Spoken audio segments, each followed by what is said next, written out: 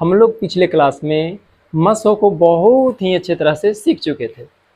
अब हम लोग मसा के आगे का थ्योरी और उस पर आधारित प्रश्न देखेंगे।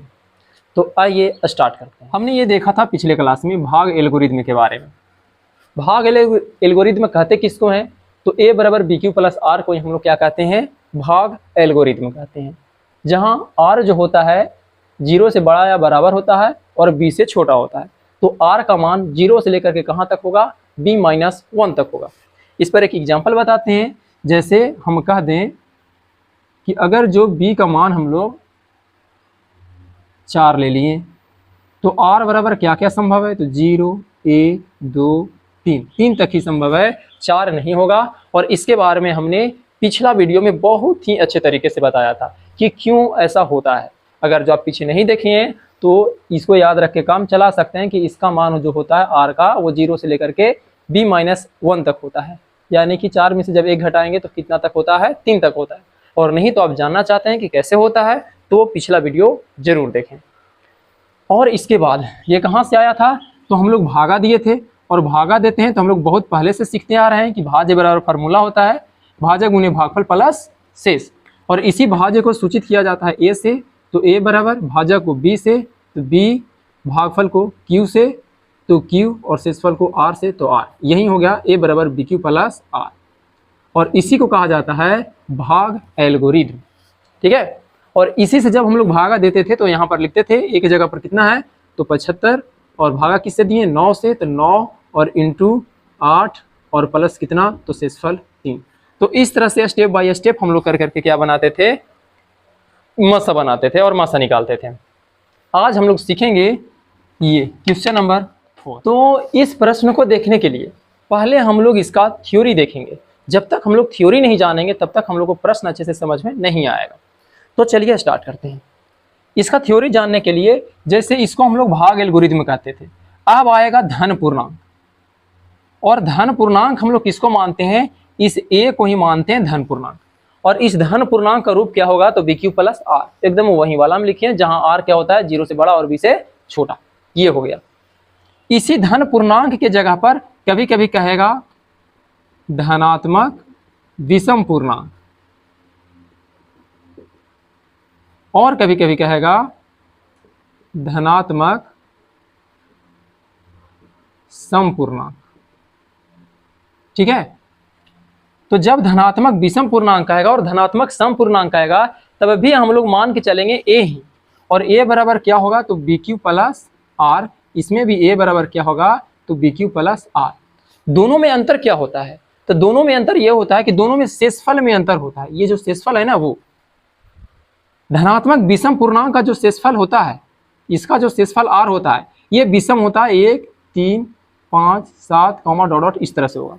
और जो धनात्मक सम पूर्णांक होगा इसका भी जो शेषफल होगा वो सम में होगा। 0, 2, 3, 2, 4, 6 डॉट डॉट इस तरह से। बस आप लोग को यही याद रखना है। और सारा का सारा इस तरह का क्वेश्चन जो सिद्ध करने वाला होता है वो आसानी से दिखाइए कि एक धनात्मक विषम पूर्णांक 4q + 1 या 4q + 3 रूप का होता है, जहां q एक पूर्णांक है। यहां तक हो गया एक क्वेश्चन।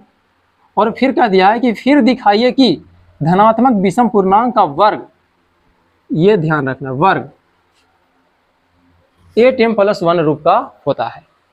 तो कैसे हम लोग इसको बनाएंगे? तो सबसे पहले समझिए हम लोग को क्या सिद्ध करने के लिए बोला है।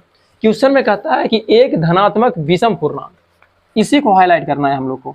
धनात्मक विषम पूर्णांक 3 ही चीज बोलेगा, या तो धनात्मक विषम पूर्णांक बोलेगा, या तो धनात्मक सम पूर्णांक बोलेगा, या सिर्फ और सिर्फ क्या बोलेगा? धन पूर्णांक बोलेगा। और तीनों में से कुछ भी कहे हम लोग ए को ही मानेंगे कि ए ही है धन पूर्णांक, ये ए ही है धनात्मक विषम पूर्णांक, और ए ही है क्या? धनात्मक सम पूर्णांक। तो चलिए स्टार्ट करते हैं। देखिए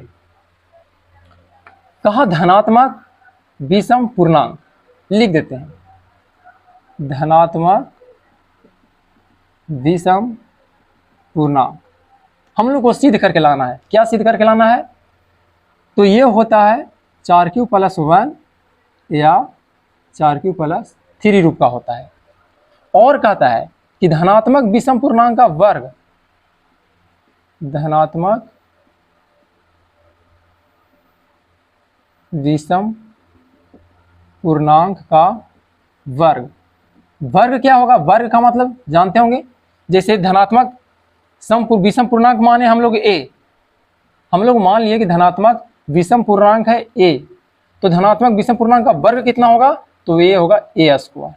क्या होगा? a square. और वर्ग सिद्ध करने के लिए बोल रहा है कि वर्ग कितना होता है?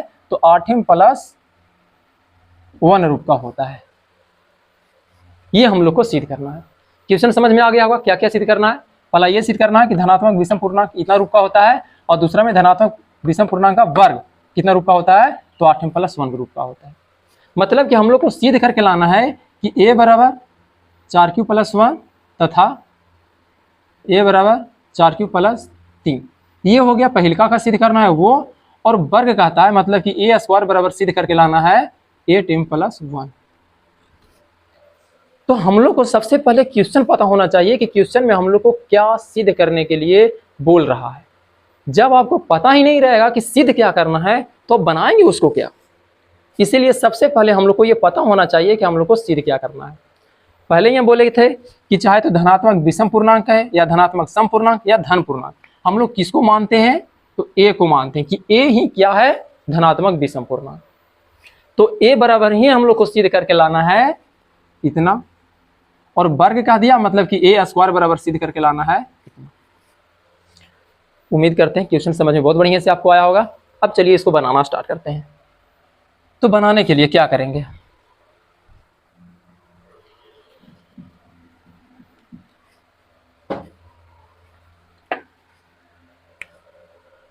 उत्तर में क्या लिखेंगे? तो सबसे पहले हम लोग मानेंगे, माना कि a एक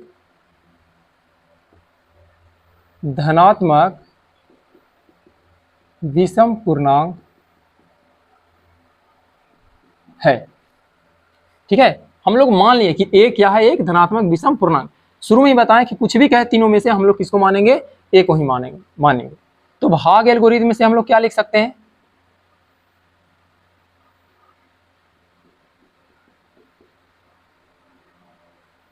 भाग एल्गोरिथम में से क्या लिखेंगे? a बराबर bq + r, जहां जो r होता है ये बड़ा या बराबर होता है 0 से और छोटा होता है b से। इस चीज को लिखना बहुत जरूरी है। जैसे ही इसको लिखेंगे तुरंत बगल में इसको लिखेंगे। अब देखिए इसके बाद करना क्या है, तो आप ध्यान से देखिए, ये जो लिखा हुआ है 4q + 1 और 4q + 3, उसमें हमको ये बताइए कि ये एक है क्या? तो एक जो है r की जगह पर लिखा हुआ है, ये q तो q की जगह पर लिखा हुआ है ही, और 4 किसके जगह पर लिखा हुआ है? b के जगह पर, और इस सीध करके लाना है a बराबर। तो b के जगह पर हम लोग को कितना लाना है सीधे करके? 4। तो हम लोग मानेंगे कि b बराबर कितना? 4। अगर जो वहां पर 5 लाना रहता तो हम लोग b बराबर 5 मानते, यहाँ पर 6 लिखा हुआ रहता तो हम लोग 6 मानते। आगे क्वेश्चन में बताएंगे जहां पर जितना रहेगा हम लोग उतना ही माने। माना कि b बराबर 4, जब 4 मानेंगे तो इसीलिए r बराबर क्या हो जाएगा? तो 0 1 2 3। शुरू में ही बताएं कि जब r बराबर 4 रहेगा, b बराबर 4 रहेगा तो r का मान 3 तक होगा। r बराबर 10 रहेगा तो b का मान 0 से लेकर के 9 तक होगा, एक कम होता है। लेकिन ये जो a है कैसा पूर्णांक है? चूंकि a धनात्मक विषम पूर्णांक है, इसीलिए r बराबर 0 1 इसीलिए r बराबर क्या क्या होगा? देखिए विषम आ गया, तो विषम के लिए हम बोले थे कि जो r होता है वो क्या होता है? विषम संख्या होता है, और सम पूर्णांक के लिए जो r होता है वो सम संख्या होता है। और यहाँ पर क्वेश्चन में कहा था विषम पूर्णांक, तो r की जगह पर क्या होगा? हो सकता था तो ये सारा, लेकिन विषम कहने के कारण r बराबर जब भी होगा तो इसमें से विषम वाला होगा 1 और 3, 0 और 2 नहीं होगा, क्योंकि ये दोनों सम संख्या के अंतर्गत आ जाता है। अब इसके बाद जब इतना आ गया तो हम लोग क्या लिखेंगे, अतः क्या सिद्ध करके लाना था, धनात्मक विषम पूर्णांक ही ना, अतः धनात्मक विषम पूर्णांक ए बराबर, धनात्मक विषम पूर्णांक ए बराबर क्या होगा बताइए। तो होता है बी क्यू प्लस आर, यही होता है ना। लेकिन बी की जगह पर हमने कितना माना है, 4 माना है, और आर का मान इतना हम लोग निकाल करके ले आए। तो बी की जगह पर कितना रखेंगे, 4 रखेंगे तो हो जाएगा 4 क्यू। आर की जगह पर कितना रखेंगे, तो एक बार रखेंगे 1 तथा पुनः क्या लिखेंगे, तो 4 क्यू, और अब की आर की जगह पर कितना लिखेंगे, 3। जितना आर निकल के आर के आएगा उतना बार हम लोग को लिखना पड़ेगा। बात समझ में आ रहा है, जितना आर निकल कर के आएगा उतना बार हम लोग को ए बराबर लिखना पड़ेगा। अब देखिए आर यहाँ पर 2 को निकल के रहा, 1 और 3, तो हम लोग को 2 बार लिखना पड़ा। और यही दोनों तो सिद्ध करना भी है हम लोग को, यही ना सिद्ध करना था कि किसी धनात्मक पूर्णांक का रूप कैसा होता है, तो 4q + 1 या 4q + 3 रूप का होता है। अगर जो सम पूर्णांक का था तो बताइए कितना होता, ए के जगह पर खाली 0 हो जाता और 2 हो जाता, बस। बात समझ में आ रहा है। चलिए अब आगे देखिए, ये तो हो गया आधा क्वेश्चन पूरा हो गया। एक बाद कहता है धनात्मक विषम पूर्णांक का वर्ग, वर्ग कितना होगा, तो इस रूप का। तो आइए वर्ग करते हैं, नीचे में लिखिए धनात्मक विषम पूर्णांक का वर्ग।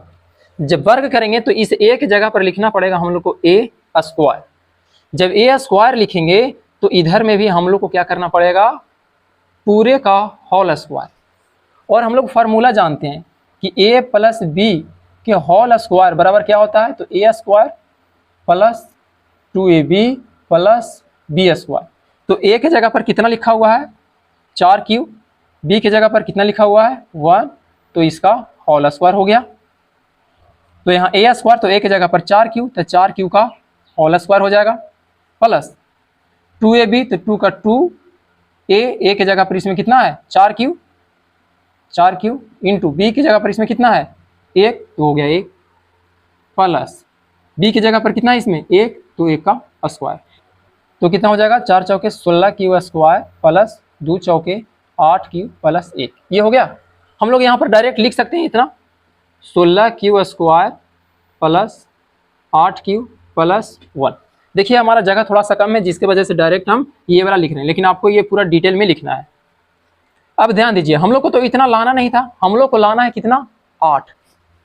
तो हम लोग क्या करेंगे, और 1 लाना है, तो 1 में तो कोई छेड़छाड़ करना नहीं है, क्योंकि ये हम लोग को लाना है प्लस में, तो इसको छोड़ देंगे। अब इसमें से 8 लाना था, तो 8 हम लोग क्या करेंगे, कॉमन ले लेंगे। कॉमन लेने के बाद हम लोग को यहाँ पर बचेगा क्या, तो 8 दूना की 16, 2q स्क्वायर बचेगा, और यहाँ पर बचेगा सिर्फ और सिर्फ q, +1 के +1।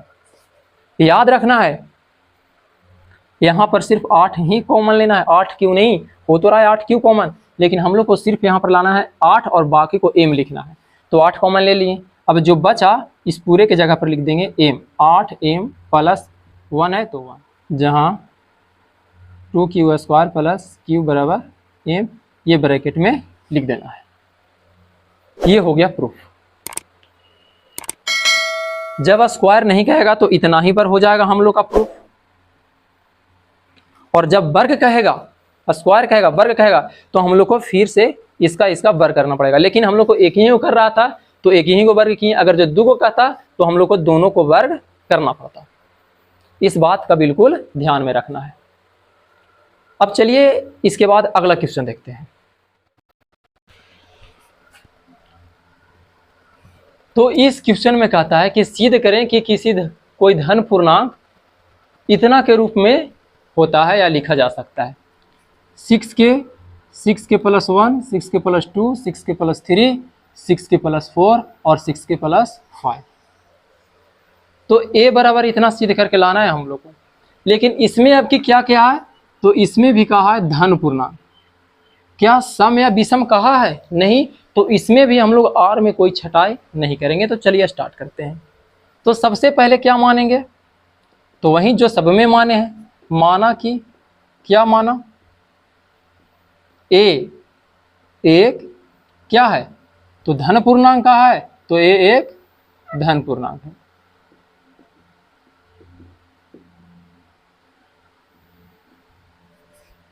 इसलिए भाग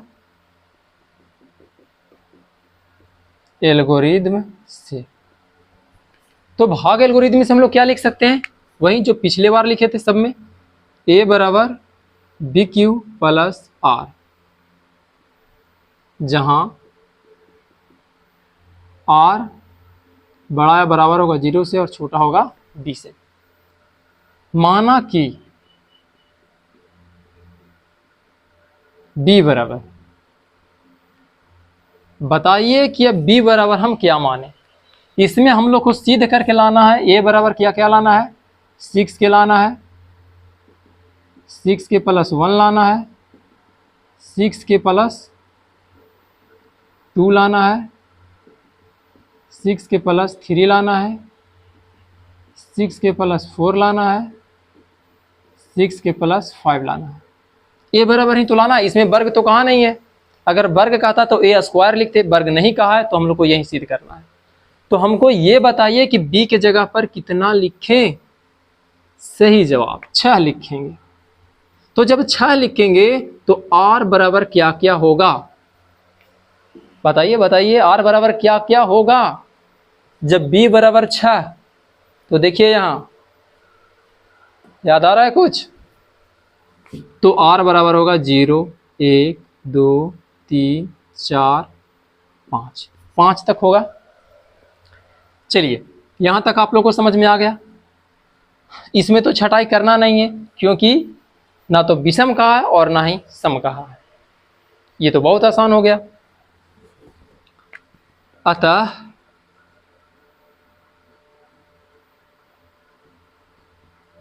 अतः धन पूर्णांक ए बराबर क्या लिखेंगे? 6 है और ये आ गया आर की जगह पर इतना सारा, तो लिखेंगे 6q प्लस 0। तो कितना आ जाएगा? 0 जब जुटेगा तो इतना ही रह जाएगा। अगला में ए बराबर क्या होगा? तो 6q प्लस 1। ए बराबर कितना? तो 6q plus 2, 6q plus 3, 6q plus 4 और 6q प्लस 5। लेकिन ध्यान से देखिए, हम लोग को q नहीं लाना है, k लाना है। तो k लाना है तो क्या हो गया? q की जगह पर k लिख देंगे और लिख देंगे ब्रैकेट में, जहां k बराबर q, सब में सेम सेम। तो यहां हो जाएगा 6k प्लस 1, 6k प्लस 2,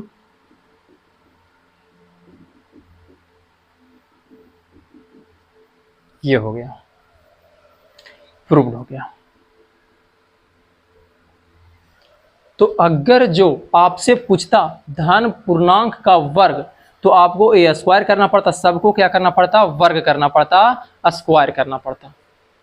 अब हम उम्मीद करते हैं कि इस तरह के क्वेश्चन को आप बहुत ही अच्छे तरह से समझ गए होंगे। इसके बाद थोड़ा सा एक और क्वेश्चन इसमें रह गया है, उसको भी देख लेते हैं और इसके बाद हम कुछ होमवर्क देंगे, वो भी आपको बनाना बहुत ज़रूरी है। अगर जो आप होमवर्क नहीं बनाएंगे तो आपको पता ही नहीं चलेगा कि आपको ये बनाने आया है या नहीं आया है।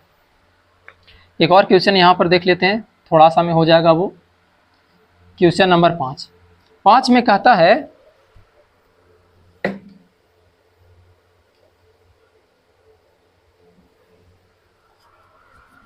क्वेश्चन नंबर 5 में दे दिया है कि कोई धन पूर्णांक किस रूप का है?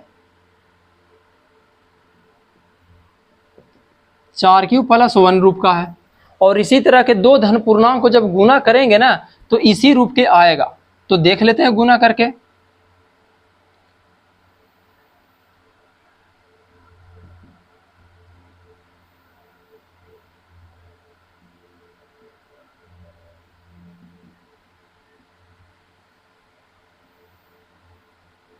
दो धन पूर्णांक का गुणनफल बराबर कितना आएगा? तो इसी दोनों को गुना कर देना है, यानी कि 4 क्यूब + 1 और इंटू 4 क्यूब + 1। तो जब दोनों को गुना करेंगे तो कितना आएगा, इसमें करेंगे तो 16 क्यूब स्क्वायर हो जाएगा, प्लस एक में करेंगे तो 4 क्यूब, एक में 4 क्यूब से करेंगे तो 4 क्यूब, और एक में 1 से करेंगे तो 1। तो कितना आ गया, 16 क्यूब स्क्वायर प्लस 4 4 8 क्यूब और प्लस 1। हमको इसी के रूप में लाना है तो 4 ही कॉमन लेंगे, तो यहाँ 4 चौके 16 यानी कितना, और यहाँ पर इतना बचेगा। तो हो गया 4m + 1 है इसी रूप का। देखिए जहां लिख देंगे, जहां m बराबर 4 क्यूब स्क्वायर + 2 क्यूब, ये हो गया, प्रूफ हो गया। अब आपको स्क्रीन पर कुछ क्वेश्चन दिख रहे होंगे, उसको आप लोग को अभी के अभी बना करके ट्राई करना है कि बनाने आता है या नहीं आता है। हमने आपको बताया है कि इसमें सिर्फ एक ही जगह चेंजेस करना है और मानना है बी के बारे में, यही हर बार बदलेगा किसके अनुसार, तो बी के जगह पर जो रहेगा वो मान। तो जल्द ही अब लेकर के आएंगे इसका अगला एक्सरसाइज, तब तक के लिए पढ़ते रहिए और समझते रहिए।